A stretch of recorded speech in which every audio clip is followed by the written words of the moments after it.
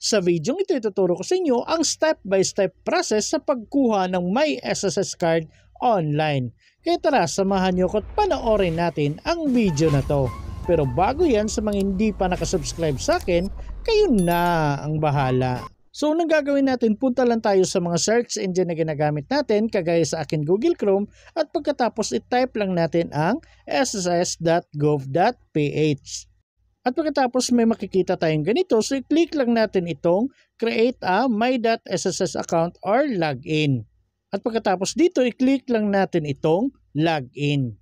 And then dito, ilagay nyo na lang po yung user ID and password ninyo. By the way guys, kung wala pa kayong nagawang user ID and password, may video po akong ilalagay sa description box, panoorin nyo na lang po para makagawa na kayo ng user ID and password. So kung nalagay nyo na, i-click nyo na lang po itong sign in. And then may makikita kayong ganito, i-click nyo na lang po itong get pin. And then magte-text po si SSS ng OTP sa inyo. So yung OTP na marireceive niyo, ilagay nyo na lang po dito. At kung nalagay nyo na, pwede nyo na pong i-click itong login. And then makakapasok na kayo sa inyong SSS online account. So may makikita kayong data privacy notice dito, scroll down nyo na lang po yan. At dito sa baba, i-click nyo na lang po itong I agree. At mapupunta na tayo sa homepage ng ating SSS online account. At dahil sa gusto nating mag-apply ng My SSS card, so i-click lang natin itong tatlong linya dito sa taas. At may makikita tayong ganito, so dito i-click lang natin itong services. At pagkatapos hanapin lang natin itong My SSS card. So ito pong My Square. At pagkatapos kung may makikita kayong ganito na rejected yung pag-a-apply ninyo ng My SSS card kasi meron kayong active na UMID Pay card. So hindi kayo pwedeng maka-avail ng My SSS card. So kung gusto niyo makakuha ng My SSS card pero meron kayong active na UMID Pay card, pwede niyo pong ipa-close yung UMID Pay card niyo, tawagan niyo po yung Union Bank para makapag-apply kayo ng My SSS card. Pero advice ko sa inyo, kung meron na kayong UMID Pay card, wag na kayong kumuha ng My SSS card kasi parehas lang din naman. Kung meron kayong UMID Pay card, doon ihulog yung pera na makukuha nyo kay SSS. Tapos sa My SSS card, doon din ihulog ni SSS yung makukuha ninyo sa kanya. Pero kung gusto niyo talagang palitan yung UMID Pay card ninyo into My SSS card, tawagan nyo po muna yung bangko na Union Bank para ipa-close yung account ninyo.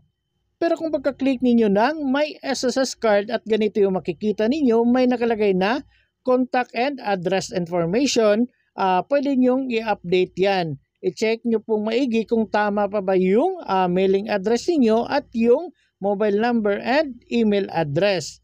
So kung hindi na updated guys, pwede nyong i-click itong update tapos i-edit nyo kung ano yung gusto nyong ipa-update. Pero kung okay naman yan lahat at wala namang problema, i-click nyo na lang po itong proceed. At pagkatapos mapupunta na kayo dito sa step 2. So dito basahin nyo na lang po lahat yan. At dito sa baba, kung okay na kayo, i-click nyo na lang po itong box katabi ng I hereby acknowledge para ma-checkan. At kung may check na yan, pwede nyo na pong maklik itong I consent and submit. So i-click nyo na lang po ito. And then may makikita po kayong ganito na member.sss.gov.ph wants to use your camera. So dito pwede nyo pong i-click itong allow while visiting the site or allow this time. Basta huwag nyong i-click itong never allow kasi hindi kayo makaka-proceed kung never allow yung i-click ninyo.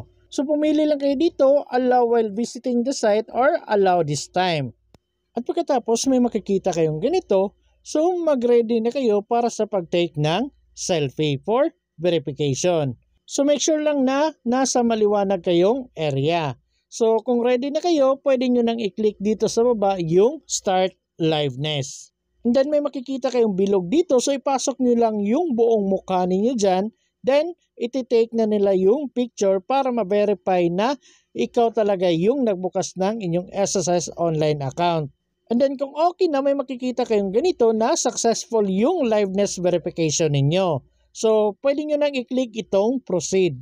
At pagkatapos mapupunta na tayo dito sa step 3. And then may makikita kayong sample dito ng My SSS card. So ganito yung itsura ng My SSS card kung darating na sa inyo. So dito i-double check nyo na lang po kung may bilog ba na ganito yung Rizal Commercial Banking Corporation or RCBC ninyo.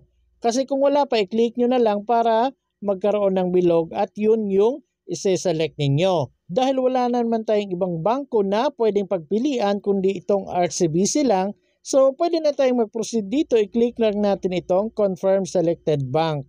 And then may makikita kayong ganito na once successfully na ma-open daw yung may SSS card na galing kay RCBC, ay automatic nang makikita nyo yan sa SSS disbursement account ninyo. At kung sakali daw na maglo-loan kayo or may mga benefits kayong gustong applyan, or kung kayo ay may current na tinatanggap na pension, or may mga refunds kayo na matatanggap, automatic pong makikredit sa inyong may SSS card yung pera. For example, active na yung may SSS card ninyo, pero ayaw nyo nang gamitin ito, gusto nyo mag-transfer ng ibang bangko, pwede nyo pong ipa-terminate itong my SSS card account ninyo, tapos mag-enroll kayo ng bagong bank account sa inyong SSS disbursement account enrollment module. Pero advice ko sa inyo, kung active na yung my SSS card account ninyo, wag na kayong magpalit ng ibang disbursement account. Ito na lang yung gagamitin ninyo.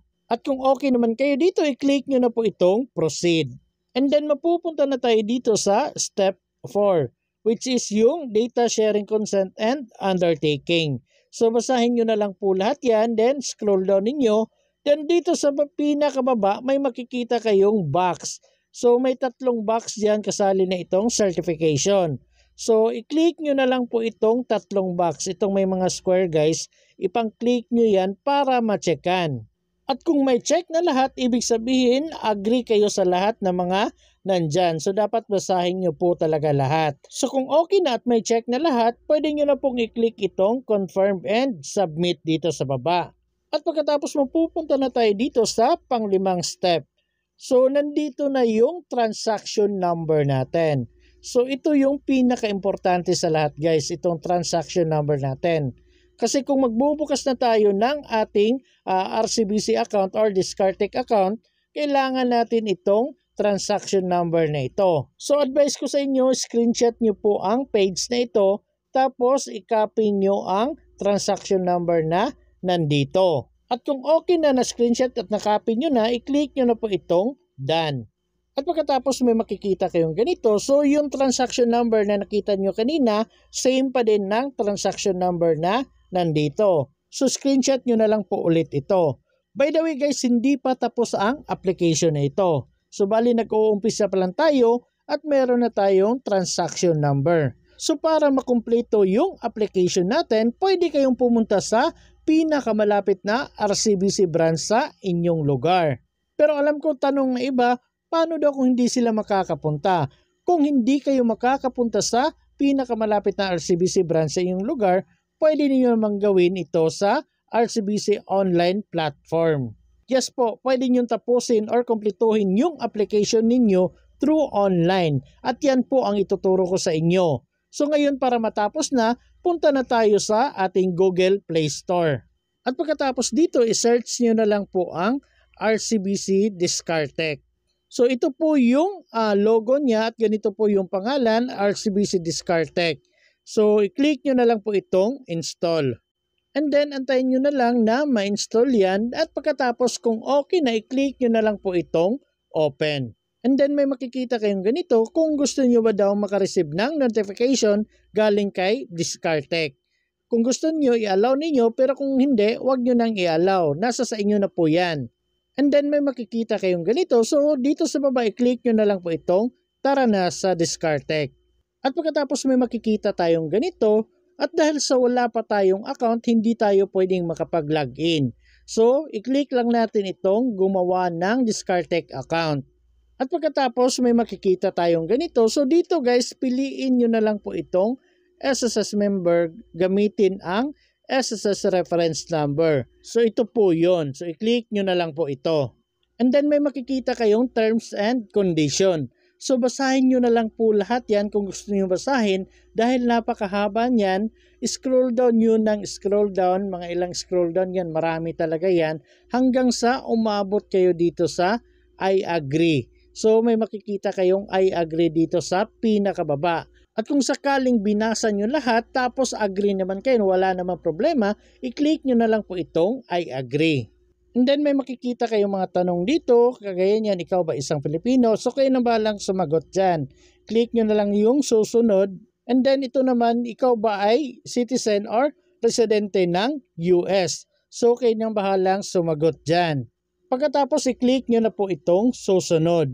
And then mapupunta na kayo dito sa paglalagay ng mobile number. So make sure yung mobile number na ilalagay ninyo active at nakaka-receive ng text kasi magsasend po sila ng OTP. At kung okay na at nalagay nyo na, i-click nyo na lang po itong i-verify ang mobile number. At pagkatapos mapupunta na kayo dito, so kung may na-receive na kayong OTP, ilagay nyo na lang po dito. At pagkatapos mapupunta na tayo dito sa pag-take ng selfie at pag-take ng picture ng ID na gagamitin natin. So kung ready na kayo, i-click na natin itong tara na. At pagkatapos dito, pwede na kayong pumili kung ano yung valid ID na gagamitin ninyo. So merong primary IDs dito na LTO driver's license, UMID card, passport, Philippine identification, SSS ID, PRC ID, PhilSys ID or National ID, Postal ID, IBP ID. At meron ding secondary ID, yung Senior Citizen ID, PhilHealth ID, Armed Forces of the Philippines ID, HMDF ID, PWD ID, Company ID, GSIS ID, Marina ID, and School ID. So kayo na bahala kung ano yung valid ID na gagamitin ninyo. Pero sa akin, National ID yung ginamit ko, kaya ito yung i-click ko. At pagkatapos may makikita kang ganito na may konting paalala lang na madadirect ka daw sa pag-take ng selfie. So i-click nyo na lang po itong let's go. And then may makikita kayong ganito na allow Discartech to take pictures and record video. So dito pwede kayong pumili ng while using the app or only this time para makaproceed po kayo. Wag nyo pong i-click itong don't allow kasi hindi po kayo makakaproceed niyan. So while using the app or only this time lang. And then may makikita po kayong ganito. So make sure lang na nasa inyo po yung ID na gagamitin ninyo kasi pipicturan nyo po yan. And dapat ready po yung sarili ninyo. At kung okay na, pwede nyo na pong i-click itong capture. So hindi ko na ipapakita sa inyo, basta picturan nyo na lang po yung valid ID na gagamitin nyo, yung harap at likod. At pagkatapos mag-take po kayo ng selfie. Pagkatapos nun, mapupunta na po kayo dito. So makikita nyo na po yung information sa ID na ginamit ninyo. Nandito na po yung pangalan, yung birthday ninyo at yung ID number ninyo. So i-double check nyo na lang pong maigi. So kung okay na, pwede nyo na pong i-click itong yap, ako yan. At minsan guys, sa dami ng gumagamit, mapupunta tayo dito sa paglalagay ng code. Pero wala pa tayong code na nalagay kaya hindi tayo makakaproceed. So kung ganito yung lumabas, pwede nyo pong i-close muna yung Discartech na application tapos bumalik kayo. So ngayon mapupunta na po tayo dito sa paglalagay ng transaction number at SSS number. So yung transaction number na sinabi ko kanina na nakuha nyo doon sa inyong SSS online account, dito nyo po yun ilalagay. So i-copy nyo, i-double check nyo maigi, then ilagay nyo na po dito. At pagkatapos ilagay nyo din po yung SSS number ninyo. At kung okay na at nalagay nyo na, i-click nyo na lang po itong susunod dito sa baba. And then mapupunta na tayo dito sa paglalagay ng personal details. So ilagay nyo na lang po yung marital status ninyo, yung gender, tapos ilagay nyo po dito yung place of birth ninyo. At dito naman sa baba, automatic nang malalagay yung email address niyo kasi doon po yan kinuha nila sa inyong SSS online account kasi nakalink na po. So kung okay na, i-click nyo na po itong susunod.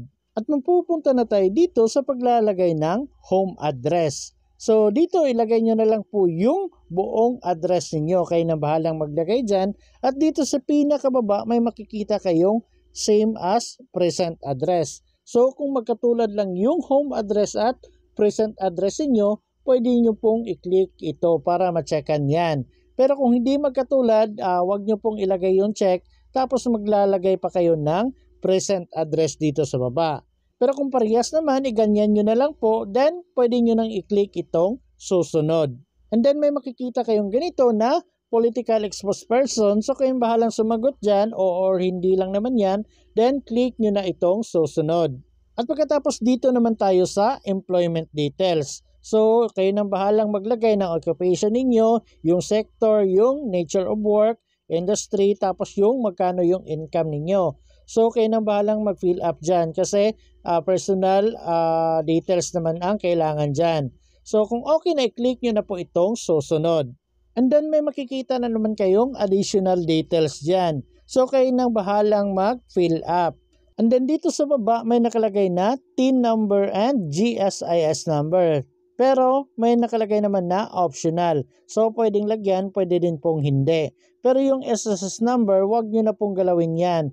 Ilagay nyo po yan kasi kailangan nilang i-link yan sa inyong SSS online account. So kung okay na, click nyo na po itong susunod. And then mapupunta na tayo dito sa paglalagay at pag-confirm ng 4 digits na passcode ninyo. So maglagay po kayo ng madaling matandaan ninyo na number combination.